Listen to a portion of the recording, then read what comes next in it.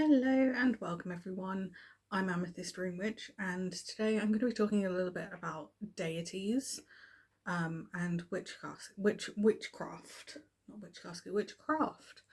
Um, Essentially, you don't have to follow any specific deity to practice witchcraft. You can ask them to assist you with your spell work, depending on what your spell is and what the deity is associated with in their own right. Um, it's like, for example, I could ask Medusa, who, while not a goddess specifically, is so well known that, she experienced something really horrific and then got blamed for it when she was the victim. And because of that, she got punished. She got exiled, but she transformed. That punishment transformed her and what she did and how she was. And so that, to me, there's a lot of transformation going on, especially when you think about the snake association. Snakes are associated with transformation because they change their skins. They shed one skin because they've grown a new one, so they shed the old. Hecate could be good for calling on if you have a decision to make, because she stands at the crossroads, and when you've got, say, two or more decisions, you've come along from one direction and you've got choices. Which direction do you go? You could, ask her to help with the decision. Who else is there? You've got I'm more interested in the goddesses. I'm all about the moon. I've got moon bedding, I've got cushions, I've got a cat called Luna. I love all things moon related. So, I could call on any lunar deity at any given point. Hecate is associated with the moon, so there's that as well. We've got Diana, Artemis, there's Selene.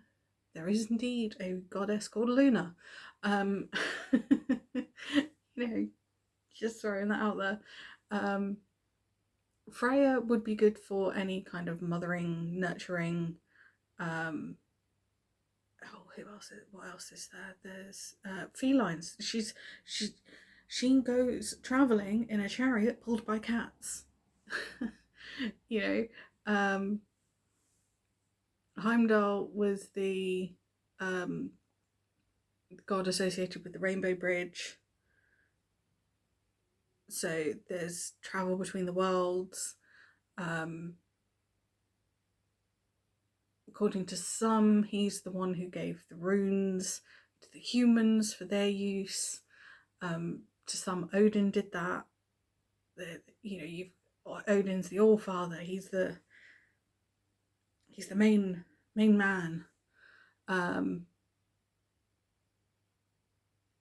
There's Loki,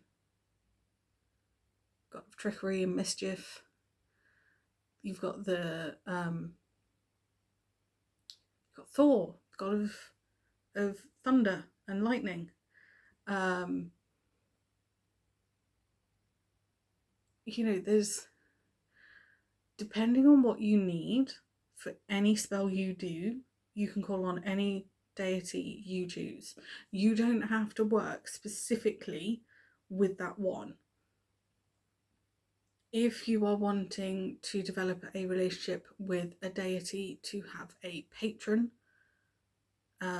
deity, you can do that. It is a choice. You don't have to. If I were going to do it, I would potentially choose Hecate.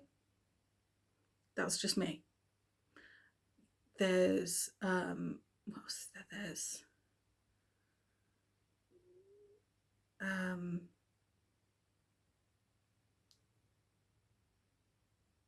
oh,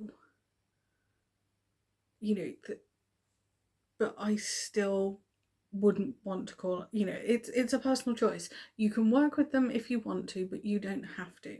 You can have any religion, you can follow any religion and still be a witch. So if you're a Christian and you are practicing witchcraft, you're a Christian witch. So when any suggested spell says to call on a deity, a specific deity, for example, you can, you know, reword it so it's calling out to your god. For the monotheistic religions, it's easy because it's just one that you're calling to. But if you follow polytheism, multiple deities, like the Norse tradition, even the Celtics, you've got so many to choose from. But all I can recommend personally is doing research.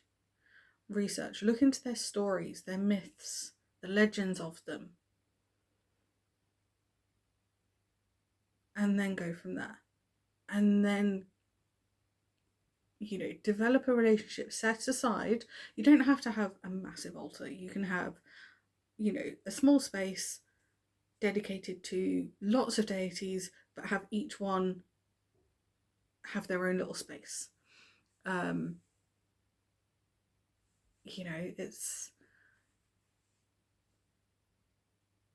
just, I know that a lot, pretty much all of the spells that I post here on this channel don't involve any kind of deity. Because to me, I'm not just doing it for me, I'm showing you guys how to do it, or how I've done it. That if you want to call on a deity, you can do. It's your choice. It's a personal choice. So who I might call on could be different for you. So if I might call on Hecate, you could also call on, say, Mercury for communication, making sure you've got all the information.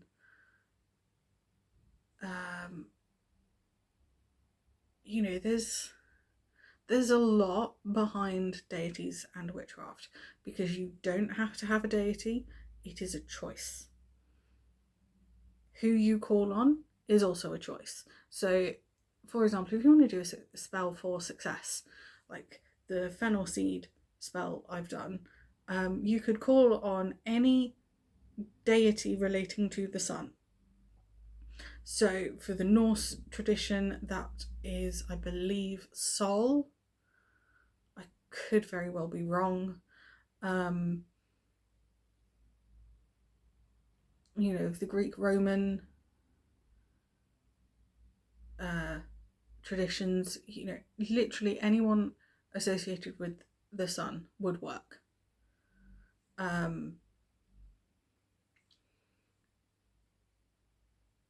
You know, it's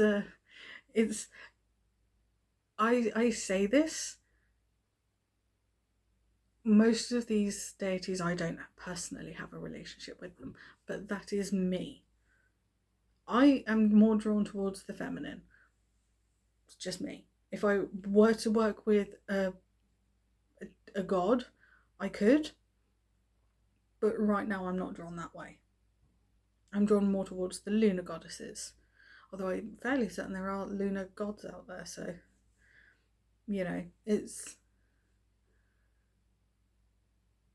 look into their stories, look into their myths, their legends, you know, what they've done, who they're also associated with. Because Sif is the wife of Thor, but she's the goddess of the harvest because of her golden hair.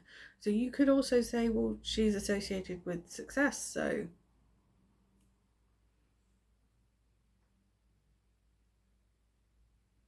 you know,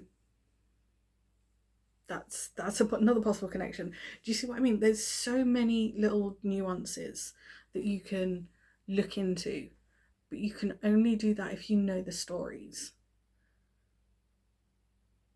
or if you have some idea of the stories. So I've done research on a lot of gods and goddesses, and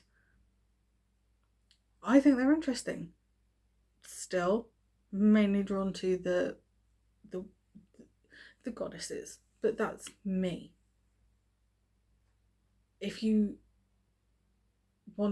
if you wanted to, if you weren't sure who to call on, but you wanted to call on someone, you could call to the gods. You know, the all-encompassing group of not just the male but the females too. Like you can, it's completely up to you. Um,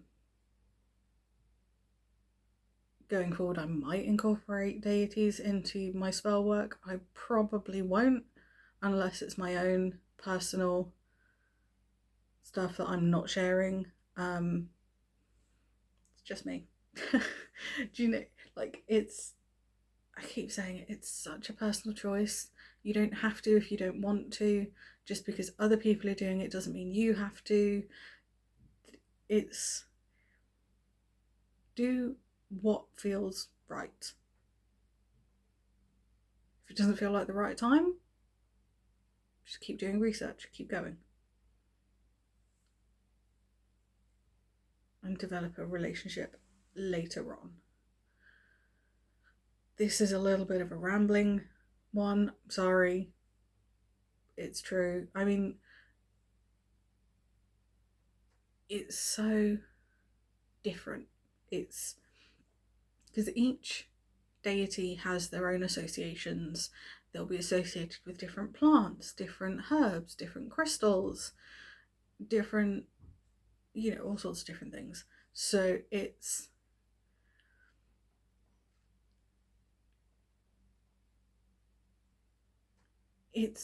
up to you who you call to and why. It is no one else's business other than your own. So don't feel pressured. It's a choice. They won't be offended if you choose not to. They won't be offended if you choose to go, to follow someone else. But how you do it is up to you. And who, all the questions, who, what, where, when, why, that's your business. Why I feel called by Hecate is my business. That's not saying that I wouldn't share. It's more a case of you don't need to tell anyone if you don't want to. So it's a relationship. It might not be with a physical person, but that's okay. I'm fairly certain at some point most of us had some kind of invisible friend as kids. Same thing, they're invisible. But they can be with us. We can have a conversation. We can talk to them. They just can't necessarily communicate in the same ways. So that's just something to keep in mind. You could use divination to communicate with them. That's always fun. Don't think I've ever done that, to be fair. I might have done. I don't know. I can't remember.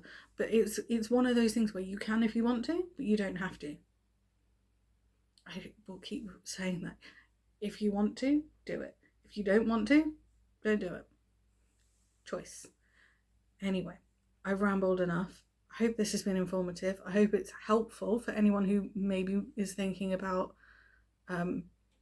bringing deities into their craft, regardless of who that deity or deities might be. It's your choice. You do you. Have fun with it. So on that note, stay safe everyone, and blessings to you all. I'll see you soon.